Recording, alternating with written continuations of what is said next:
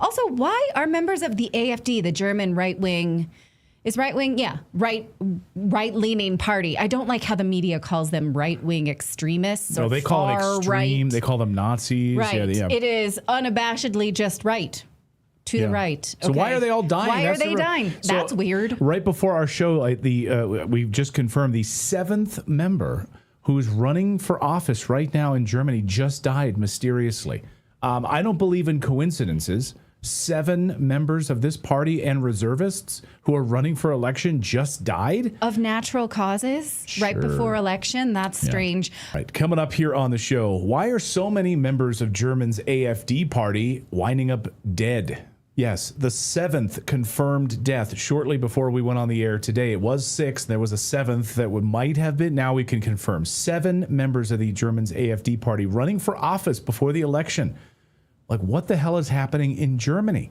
Now they have to reprint ballots, like the country is scrambling. That's weird, right? Yeah, it's very weird. Could you, just imagine for a second if it was like the Democrats or the Republicans. Suddenly dropping dead. Of natural causes, we're going to show you. Well, imagine this. Just days before crucial local elections in Germany, 7 members of the German right-wing AfD party suddenly drop dead. Of course, German authorities say these are just coincidental, non-criminal deaths. It was 6 before our show, but the 7th just dropped dead and confirmed before our show started. Sure, the country, of course, is reeling from this. Ballots now have to be reprinted. But don't worry, no foul play at all, nothing to see here, just a freak fatality streak against a party that would otherwise seal their wide open borders, end the madness in Ukraine, turn on energy again in the country, flip on those nuclear reactors, stop the crazy green boondoggle of putting up windmills and destroying your country. This is like an anti-globalist party. Now let's take a look at the list of those who have been reported dead and what the official explanations are. Most recently, the 7th, we can confirm no official explanation for this. But if you look at the list of the others, 1 was reported suicide. The rest are sudden, unexpected, and contributed to natural causes. Is it natural to die suddenly and unexpected if you have no pre-existing conditions and you're not of advanced age? I guess in the COVID era, yeah, it could just happen, and we won't ever investigate it. But yeah, so now Naomi Seibt is an independent journalist and political commentator from Germany who's joining us to try to make sense of what's happening in her country.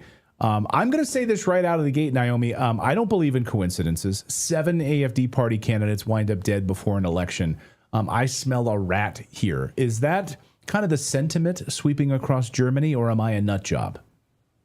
I truly feel like something is very off. And the legacy media obviously just jumped to the conclusion that we're just forming conspiracy theories here.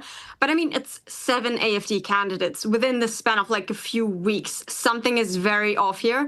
And then even though they claim there have been some pre-existing conditions, for example, some of these AfD candidates were a little bit older, like 60 plus, but still 7 almost at once. And then maybe you can say, okay, they had like a little bit of an unhealthy lifestyle. Okay, so if I maybe eat 1 Big Mac today and then I drop dead tomorrow, that means I had a pre-existing condition and I was living like an unhealthy lifestyle. Something is wrong. And the funny thing is that during the COVID times, they never cared about any pre-existing conditions. And I would even argue that these 7 AfD candidates suddenly dying is way more unexpected than what we saw, how they were abusing these COVID death statistics.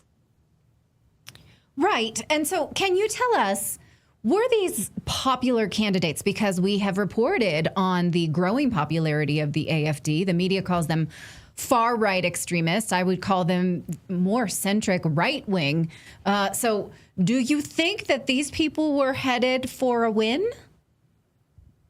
They were definitely headed for a win. However, they were not like extremely popular in the public eye. But I think nobody would dare to right now eliminate somebody like Alice Weidel, for example, although we do know that Alice Weidel has has received many death threats before. There have been instances when she had to cancel events because she was concerned, and the entire AfD party, they were concerned that somebody was going to try to blow up the event, for example.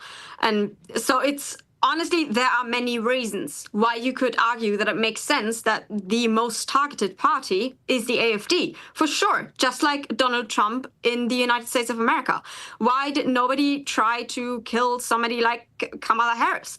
That's because obviously she was not as much of a target because she was not a threat to the system. Yeah, I mean, some people are saying, oh, well, I'm hearing that the reserve list includes thousands of people, and this is no big deal. 71 years old, 66, 59. Like, this is all very, very common and, common ages to die from natural causes. Dying at 56, right? I feel like that's not too common.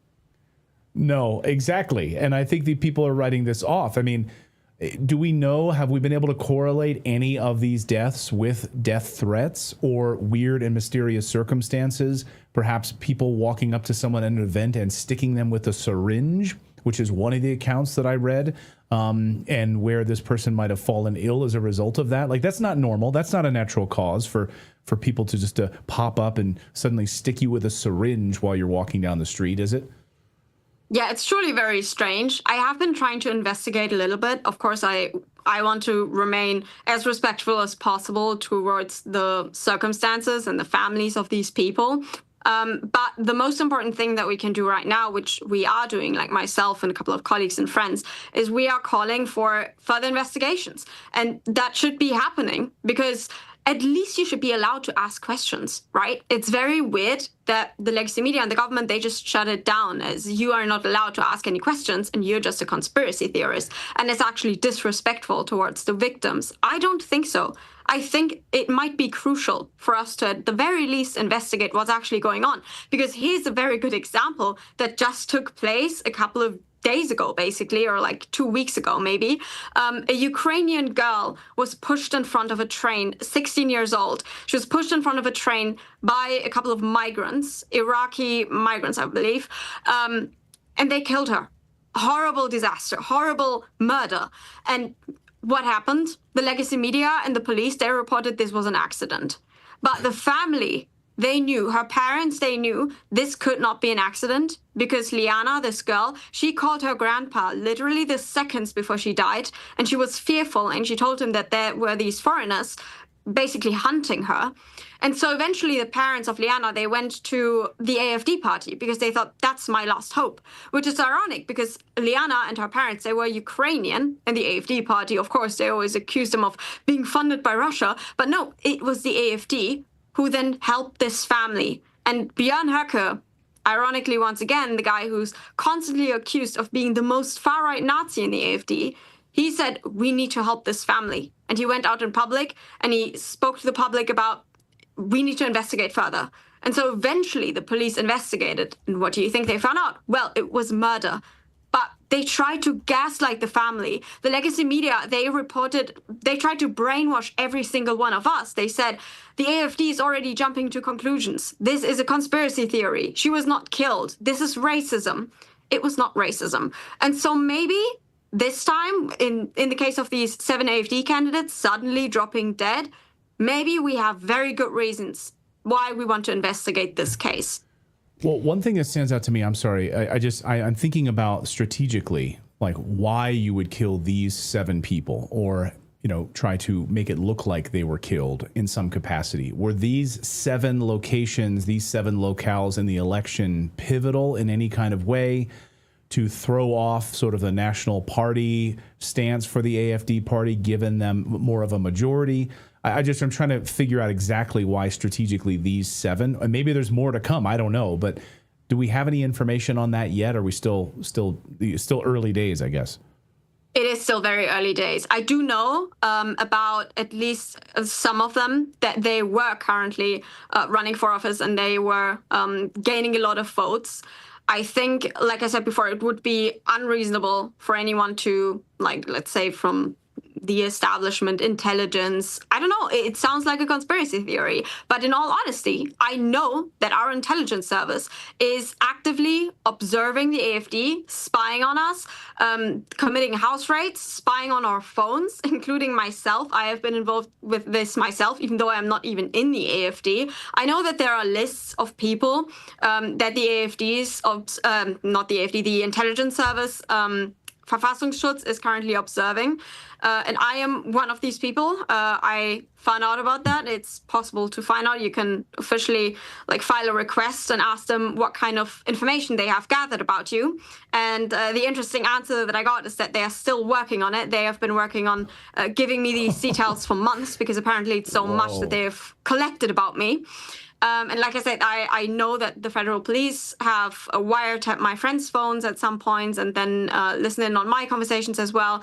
And it's crazy. It's very haunting to think about how they are spying on us and what they're doing to us, because I know a couple of people who used to live in East Germany under socialism, and they say this is worse. This is worse than what we've lived through in East Germany behind the Berlin Wall. Because right now the Berlin Wall has basically been extended, and we have this invisible wall all around Germany.